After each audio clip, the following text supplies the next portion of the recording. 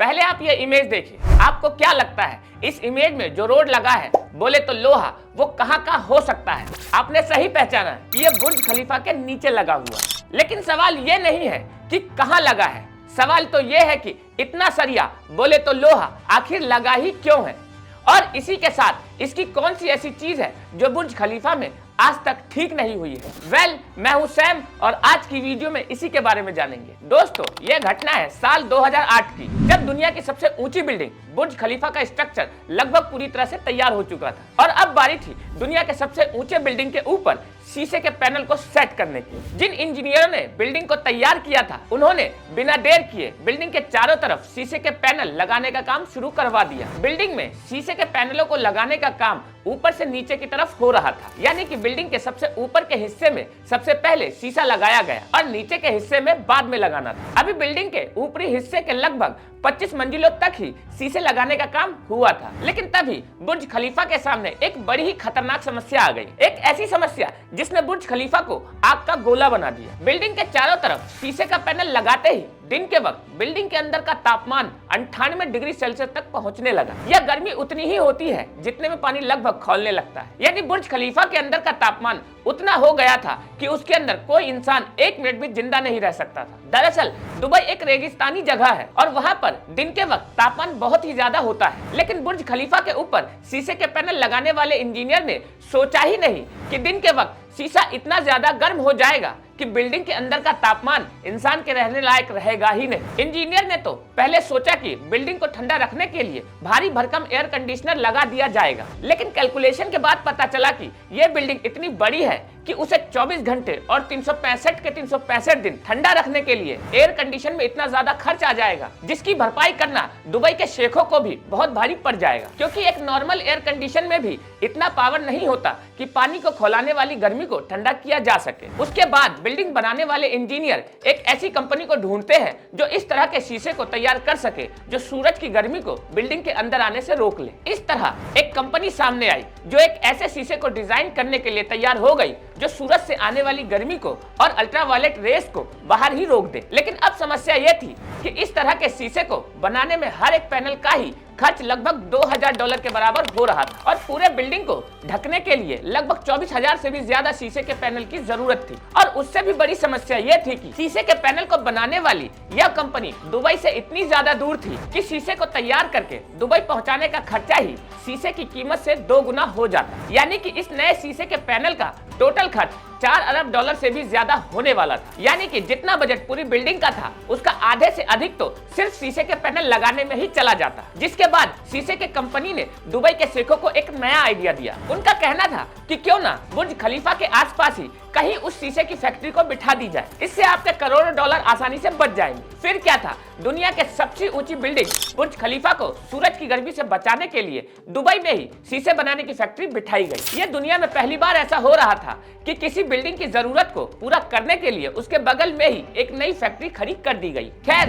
ये तो हो गई बिल्डिंग को सूरज की गर्मी से बचाने के लिए की गई कोशिश, लेकिन बुर्ज खलीफा को बनाते वक्त एक और ऐसी समस्या खड़ी हो गई जिसके बारे में इंजीनियर ने पहले सोचा ही नहीं था। यह बात है लगभग 2006 की, जब बिल्डिंग के फाउंडेशन का काम पूरा हो गया था और उस फाउंडेशन के ऊपर लगभग 90 फ्लोर का काम पूरा हो चुका था। क्योंकि यह पूरी दुनिया की सबसे बड़ी इमारत थी, इसलिए इसमें मटेरियल भी इतना ज्यादा लगने वाला था जितना उससे पहले कभी नहीं लगा था। लेकिन 90 मंजिल की ऊंचाई को पूरा करने के बाद इंजीनियर के सामने एक बड़ी ही भारी समस्या आ गई। थोड़ी देर पहले तो आपने देखा ही कि दुबई के अंदर पड़ने वाली गर्मी कितनी भयानक होती है। यही वजह है कि जब कंक्रीट और सीमेंट के मिश्रण को ऊपर पहुंचाया जाता था तो 90 फ्लोर की ऊंचाई तक पहुंचते पहुंचते ही कंक्रीट लगभग सूख जाता था और सूखा हुआ सीमेंट कंक्रीट बुर्ज खलीफा में किसी काम का नहीं था। जिसके बाद इंजीनियर ने थोड़ा दिमाग लगाया और उन्होंने सोचा कि अब बिल्डिंग को पूरा करने का काम सूरज की गर्मी में नहीं बल्कि रात के अंधेरे में किया जाएगा। इंजीनियर का यह प्लान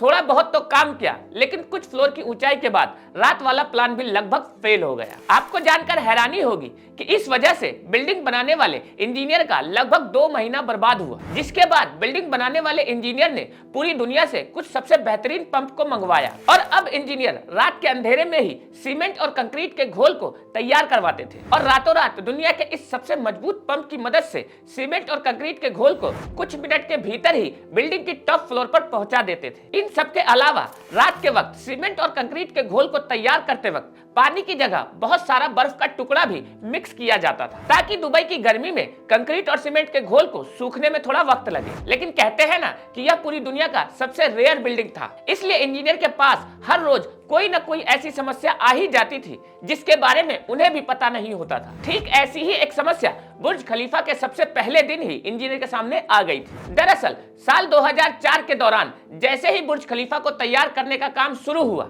वैसे ही इंजीनियर के सामने एक समस्या आई और इस समस्या का समाधान निकाला था भारत की कंपनी टाटा ने। एक लाइक तो बनता है इस पे। समस्या यह थी कि दुबई में जिस जगह पर बुर्ज खलीफा को तैयार करना था, वहां की जमीन के नीचे भारी मात्रा में रेत और कमजोर पत्थर मौजूद थे और उस कमजोर पत्थर और रेतीले जमीन के ऊपर इतनी बड़ी बिल्डिंग बनाना असंभव था। अगर उस पर इतनी बड़ी बिल्डिंग बना दी जाती तो बिल्डिंग कब टेढ़ी हो जाए या फिर कब धंस जाए इसका कोई गारंटी नहीं था। आमतौर पर जब इस तरह की कोई बिल्डिंग बनाई जाती है तो उसकी बुनियाद में बहुत सारा पत्थर और कंक्रीट डाला जाता है, लेकिन यहाँ की जमीन रेतीली होने की वजह से पत्थर और कंक्रीट भी काम नहीं करने वाला था। जिसके बाद इंजीनियरों ने एक नया प्लान तैयार किया और यह प्लान था 192 स्टील के रॉड को जमीन के अंदर घुसाने का। और उससे भी ज्यादा हैरानी की बात तो यह थी कि स्टील के ये सभी रॉड 1 या 2 इंच मोटे नहीं, बल्कि स्टील के इन सभी रॉड की मोटाई 1.5 मीटर की थी और स्टील के ये सभी रॉड लगभग 50 मीटर लंबे थे। टाटा कंपनी के द्वारा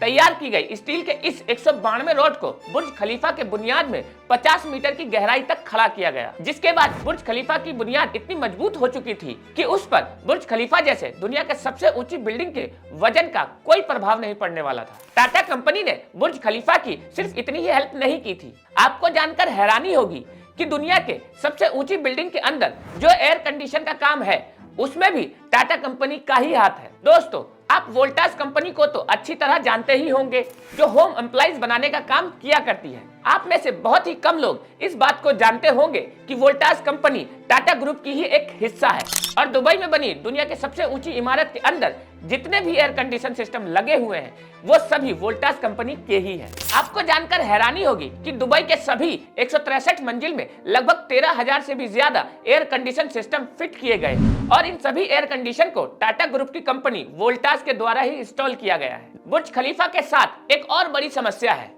और ये एक ऐसी समस्या है जिसका निपटारा आज तक नहीं हो पाया है। दरअसल दुनिया की सबसे ऊंची इमारत बुर्ज खलीफा को जिस जगह पर तैयार किया गया है वहां पर कोई भी सीवेज सिस्टम नहीं है। यही वजह है कि जिस इमारत को पूरी दुनिया की सबसे सुंदर और सबसे बेहतरीन और सबसे ऊंची इमारत का दर्जा मिला है, उस इमारत में रहने वाले लोगों की वजह से हर रोज जो गंदगी इकट्ठा होती है उसे लेने के लिए सैकड़ों ट्रकों को बुलाया जाता है। आपको जानकर हैरानी होगी कि बुर्ज खलीफा के अंदर रहने वाले लोग हर दिन लगभग 15 टन से भी ज्यादा कचरा पैदा करते हैं, जिसमें टॉयलेट, बाथरूम में तैयार होने वाला गंदगी भी मौजूद है। और इन सभी सीवेज गंदगी को उठाने के लिए हर रोज बुर्ज खलीफा के नीचे सैकड़ों ट्रक को बुलाया जाता है और इकट्ठा हुई सारी गंदगी को ट्रक के कंटेनर में लोड कर दिया जाता है। ये सब एक्टिविटी साल 2010 से लेकर आज तक जारी है।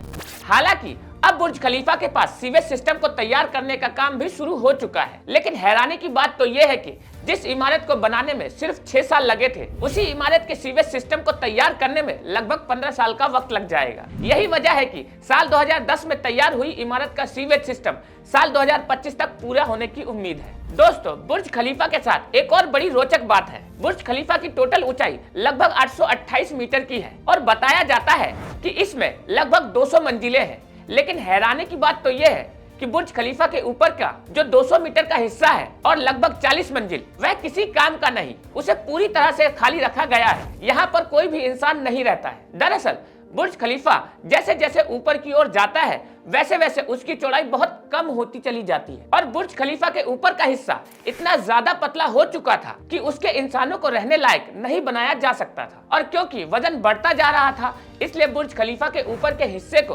बहुत ही हल्के स्टील से तैयार किया गया है। यही वजह है कि बुर्ज खलीफा के ऊपरी 200 मीटर के हिस्से को सिर्फ टेक्निकली इस्तेमाल के लिए लाया जाता है और बाकी के 160 मंजिलों में दुनिया भर की तमाम चीजें मौजूद हैं। तो दोस्तों, बुर्ज खलीफा के बारे में सबसे इंटरेस्टिंग बात आपको कौन सी लगी, हमें कमेंट में जरूर बताइए और इस वीडियो को अपना प्यार दीजिए। जय हिंद।